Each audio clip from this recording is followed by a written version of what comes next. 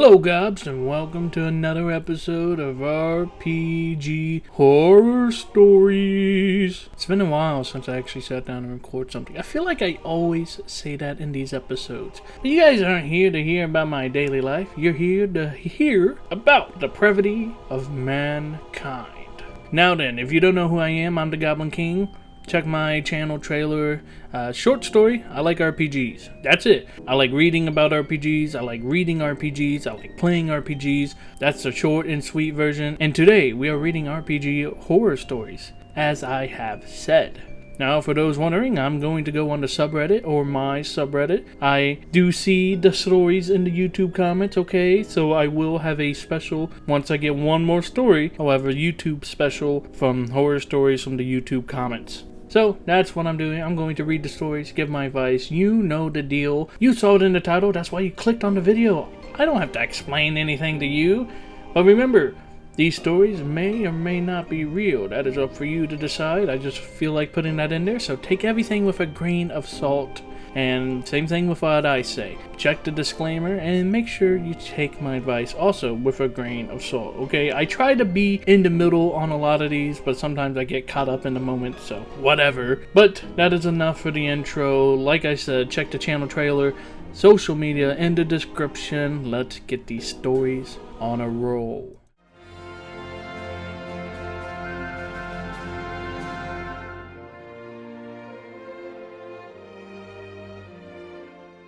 Our first story comes from the Trevbone. My DM butchered my character's mother. Starting off strong today. I played in a campaign a couple of years ago with an actually pretty interesting premise. The game took place in the afterlife plane. Not all of us were there because our character had died, but mine was. My character was a young magic prodigy of an elf who died to a freak accident. He felt his death was unfair, and his main goal in the campaign was to use magic to find a way back to the material plane and find his mother. The goal was something my character worked toward over many IRL months worth of sessions.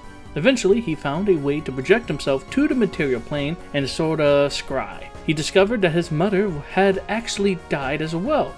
Some sessions later, we figured out where in the afterlife my mother was and began traveling there. Before the session in which we were going to find her, I offered to give my DM some ideas on how to roleplay my mother.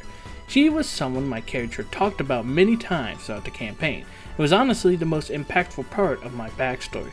She was meant to be intelligent, cunning, and regal, many of the traits my character had. My DM told me, No, I got it. I have an idea for how I'm going to roleplay her already. Don't worry. Cue the most annoying possible grandma voice an adult man could muster. A warm and frail, "Ooh, I'm just an old lady" attitude. A gosh darn new old man ghost boyfriend, and absolutely zero traits that my character had. She was basically the worst stereotypical grandma anyone could have come up with. She wasn't even supposed to be that old. He even roleplayed her as being a bit dumb or senile. It was BS. Thanks for reading. And thank you for posting.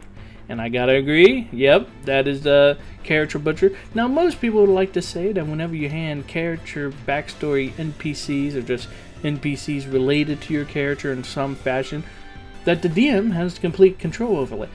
But I feel like the players, I tend to let my players write the character's backstory, making NPCs, building their own plot points, and then I have them give me a description of the NPC and just overall their personality. I let my players decide that. And then after that, it's free reign. I get to do whatever I want with them. But usually I tend not to do too much screwy stuff with them. Now, there was this one time in Cyberpunk I planned for one of my players' in-character girlfriend to get kidnapped because his character had owed a debt to some corp and they were going to take the girlfriend as leverage, so it was going to be this whole mission to get the girlfriend back. And that's about the extent of it. I don't ever tend to kill NPCs, not without giving the players at least a chance to save them, but I haven't really explored those ideas yet, and I might do that in the future depending on the campaigns I run. So far, I can't really see any of the current campaigns I'm running ever turning like that, but it might be an interesting aspect. Now, OP clearly had a way that the character's mom was supposed to act, even, the mom being such a huge influence on the character that they were playing, and they tried to tell the DM that, and the DM said, no, I don't really feel like it, I'm going to do it this way instead. I feel like most people would be upset, but I can also see people leaning into the DM side because the DM is the master of the universe, but that just doesn't sound like a fun way to run the game. I kind of want to let my players also help in not only their character backstory but also the world building. For example, recently I ran a Lancer session and my players wanted to build connections, so I had them build the NPCs that they were making connections to. And then I'm going to take that NPC and I'm going to build on to the NPC, not an entire whole thing, but a little bit of backstory and a little bit about how that NPC could help them and how that NPC feels about that character. It lets them add to the world and makes the players get more involved. This is a good way of making your player not get involved in your campaign. Now, when I read the title, I thought it was literally killing the mother. I mean, I guess the mother did die, so I guess it kind of did got butchered, but it was more like personality-wise, the character got butchered, and, the story held true. I can see that the character's mom did, in fact, get butchered. Now, how do you go about fixing this? Well, I guess you could talk to the DM. I guess a rule 0, how you want the campaign to go. Some DMs like to have a lot of player input, and some DMs, if they're running a module or something, they don't really need that much player input. So it's just how people play the game. That's all it comes down to. As I say, talk it out, and if you can't talk it out, well, no RPG is better than playing in a crappy RPG. But this sounds like a little nitpick. Well, not really. I won't say it's little because I can't garner how important this story is to the OP. But from a outsider's perspective, this is kind of like it's not like a game ending detail in my opinion, but I might be wrong on that. Some people just are super attached to their characters. But yeah, I would be kind of upset, but I know my friends. So in that aspect, I would assume that they would work with me about something over this, but if you don't like the game, just leave. There's no harm in leaving, even if it's IRL or even if it's online. It might be awkward in the moment, as I say. Again, it's better than a bad experience. But of course, what do I know? Moving on to our next story. Our next story comes from Bobby Zilch. Bobby Zilch. Call of Cthulhu. Player wouldn't stop using period slurs. Bigotry warning, who would have guessed? Now, for those of you who don't know what Call of Cthulhu is, now, I don't normally do this when I see an RPG system, but this one is probably not well known. I think it's fairly popular, but I actually have some experience with this, at least playing in it. Call of Cthulhu is a eldritch horror investigation tabletop RPG, not focused on combat, more on investigating eldritch beings beyond our comprehension, and that's all Call of Cthulhu is. But Call of Cthulhu usually takes place in like 1920s, 1930s, 40s. You can even get it all the way up to modern times, but the 1920s, or at least the 1900s, is the important part here because it ties in with our title. So let's see how bad this player got. So this is a story I'm actually 1 degree separated from, as I was brought in as a replacement player for a Call of Cthulhu Mask of Nerlithopotop. Nayal Othotop. Yeah, I butchered that, but yeah, you can see it on screen, okay. Campaign that was about 3 sessions into New York and on the verge of finishing it. But the GM told me why I was being brought in and what had happened. Evidently, the player they had booted had chosen to be a New York-based private detective and a Caucasian man. Apparently, in character, he would constantly use in-period slurs and slang to refer to the NPCs and other PCs in the game. For those who haven't played Mask, the New York chapter heavily deals with its Black Harlem population being prosecuted by corrupted NYC police. Of course, this would make other players at the table extremely uncomfortable. It was a fairly diverse table too regarding gender and ethnicity makeup. They asked him multiple times to stop and to tone it down. This was rather in-depth too. It was more than just the N-word. Like evidently the guy was a dictionary of obscure 1920s slurs and slangs that would leave his character's mouth. He would constantly call one player's character a because the character had Middle Eastern ancestry. The GM had to take him aside and tell him one-on-one, if you can't stop using slurs, I'm going to make you leave my game. Evidently, he just couldn't help himself, and that's how I got in. It was an absolutely wonderful game, and I made RPG connections there that I still maintain. As a kicker, the GM also highly suspected he was reading the adventure book ahead of time and lying about it to give himself a meta advantage. And wow, this one is plain and simple. Guys, don't be racist. Even if the TTRPG you're playing takes place in the early 1900s or even previously, you don't need to roleplay it to a T. Because I think, like I said, I even have experience in this because my friend was the DM of the Call of Cthulhu game that I played in. Forgive me for stumbling over my words. Try to say Call of Cthulhu 9 times fast. Call of Cthulhu, Call of Cthulhu, Call of Cthulhu, Call of Cthulhu. I can't do it! These sharp teeth make it hard to speak. Anyways, I even went over this with my friend. I think they even have a section in the book that tells you you don't have to do that. You probably shouldn't do that. It's not don't have to, it's you probably shouldn't. But you know, what people do in their private time behind closed doors is completely up to them. But when you are playing with a group of other people who aren't your friends, probably don't be using slurs, even if they're old and outdated, but just don't use slurs. They even asked him to tone it down and he couldn't even do that. So, you know, maybe don't make other people uncomfortable. That simple. Need I say more? Anyways, I'm glad the OP was able to be a better player than that player was and actually was able to make connections out of this game. It doesn't take much to be a good person, guys. Moving on. Now, once again, I have been graced with yet another story on my subreddit. But nay, I may have been deceiving you guys, for this is not a horror story. This is the first time on both the subreddit and on my channel that I am ever reading a glory story. Now, for those of you who don't know what a glory story is, it's self-explanatory. Whereas a horror story is about something bad happening in game, usually lighthearted or super messed up. A glory story is the exact opposite, where something great happens in games. At least I'm assuming something great happens. We won't know until I read this, so let's get this on the way. Thank you, Lauren Booyah. I hope I said that right. Lauren Booyah, thank you for uploading your story to my subreddit.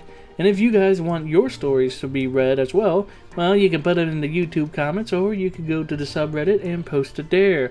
I just recently made flares, so you can tag your posts now. All 5 of you. Yeah, if you're seeing this in the future, compare that number to how many I have right now. Not right now when I upload it, you know, like a year into the future, you know. Hopefully I'm still around posting videos. But let's just get on with our first glory story. Glory story. Player named his character after a mutual friend and things got unhinged. As the title suggests, this is actually a glory story, possibly the first on this subreddit, which would be kinda cool. And it is very cool indeed because it is the first glory story on the subreddit. There's only 2 people you need to know about in this story, both online friends I played TTRPGs with. Let's call them Sean and Damon. Sean is the GM of our weekly Saturday campaign, but recently the scheduling issues have become more and more frequent. We have a very important session lined up and Sean wanted to wait until all of us were available, so only one person canceling meant no D&D that week. Eventually, I asked if it'd be okay with me preparing a Plan B one-shot so I could have something to entertain the remaining players with, and he seemed fine with the idea. Now, I don't consider myself a great GM yet. I still haven't run anything in 5e as of writing this. Instead, I've been trying out simpler systems such as Kids on Brooms, and for this one-shot we would be using Anime Campaign. All you need to know about this system is that each character can have a single word attached to their soul, which gives them powers and abilities based on its meaning. The gimmick is called an epitaph. For example, if you have the epitaph beach, your powers may be raising sandcastles or calling massive waves. Normally, you don't get to pick what your epitaph is. You're supposed to generate a few words and pick whichever one you prefer, although I try to be quite generous with rerolls. There's a couple rules on the wiki on what does and doesn't count as an epitaph. They're not in the rulebook itself, but they help keep the debates to minimum. Keep this in mind. Lastly, I have this thing called the plot twist table. where you roll for a stupid secret your character has that only you and your GM will know about. I always ask my players whether or not they want to roll on it to spice things up, and that they're not obligated to keep whatever they roll. Some of the things this plot twist table includes are: your character is secretly a robot, your character is secretly 2 kids in a trench coat, and stuff like that. Got all of that? Good. So I volunteered to run a one-shot using the system, and as I imagined, we would end up running it due to the cancellations on the main campaign. Sean would not be a part of it, while Damon would be a player. When he and I got to character creation, he told me that, as a joke, he would base his character on Sean, using his IRL name and giving him a very silly nickname. I laughed and went with it, so we moved on to generating his epitaph. We fired up the random word generator, and there it was. Now, one of the wiki rules that I mentioned earlier was that acronyms could not be epitaphs. I thought this made perfect sense and applied the rules to my games, but here, I felt I needed to make an exception. You see, out of all the possible words in the English language, Damon had generated the word AIDS. We laughed our butts off and started figuring out a moveset centered around AIDS, not directly causing it, of course, just abilities based on what I could find on the topic. I mean, what were the odds that the character meant to be a spoof of our GM and mutual friend Sean would turn out with that as their theme? And then Damon said he would want to roll on the plot twist table to see what he would get. He rolled a 7. Before I even located on the table, he began laughing his butt off. The 7th plot twist is that your character doesn't have an epitaph. They're pretending with either practical or special effects. I looked back at his moveset and Damon asked, "So what does this mean for me?" I replied, "Well, it means your character actually has AIDS." I'm not hyping this up, okay? I need to read glory stories more often, jeez. Okay, I have no idea what the odds of that even are. The one shot went well and we revealed Damon's plot twist to everyone after it was over. I don't know if Sean ever found out. If he did, he probably didn't mind too much, as this is our usual brand of humor with each other. Nobody got hurt or humiliated in the story, except for the party's enemies, who were probably more confused and horrified when they got back their test results. Okay. You know, I was a bit iffy about reading glory stories, okay? I don't know if I said it in a previous RPG horror story video. I'm like, I don't think I'll ever read a glory story. But you know, the first one being posted to the subreddit and the first one being read onto this channel, this one makes me want to read more. I just want to read any type of story, RPG story now. This was... What can I even... I love the odds. I feel like this captures kind of some of the culmination of just having fun with your friends, just goofing around. Now, some people play TTRPGs with strangers or other people, but even then, I feel like you could have lots of fun. I mean, you should.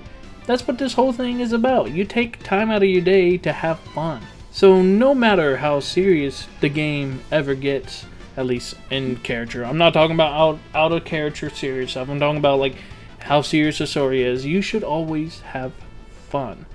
I think this story captures that perfectly.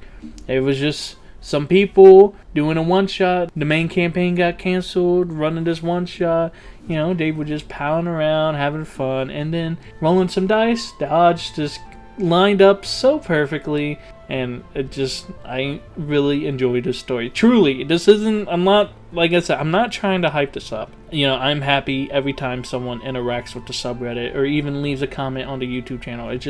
It makes me feel better. So when I saw the glory story, when I saw someone had posted a story to the subreddit alongside it being a glory story, it just put me in a good mood, and then reading it was the cherry on top.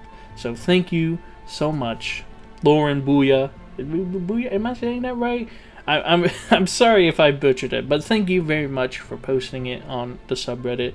Hopefully you're a subscriber to the channel and are able to see this. And with that, thank you to all the other posters of today's stories. If you see this video, thank you for posting on the subreddit.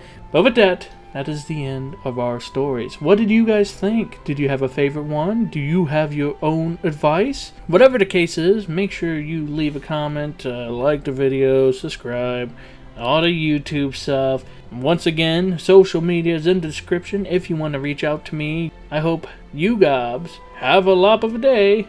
May your adventures be fun and glorious.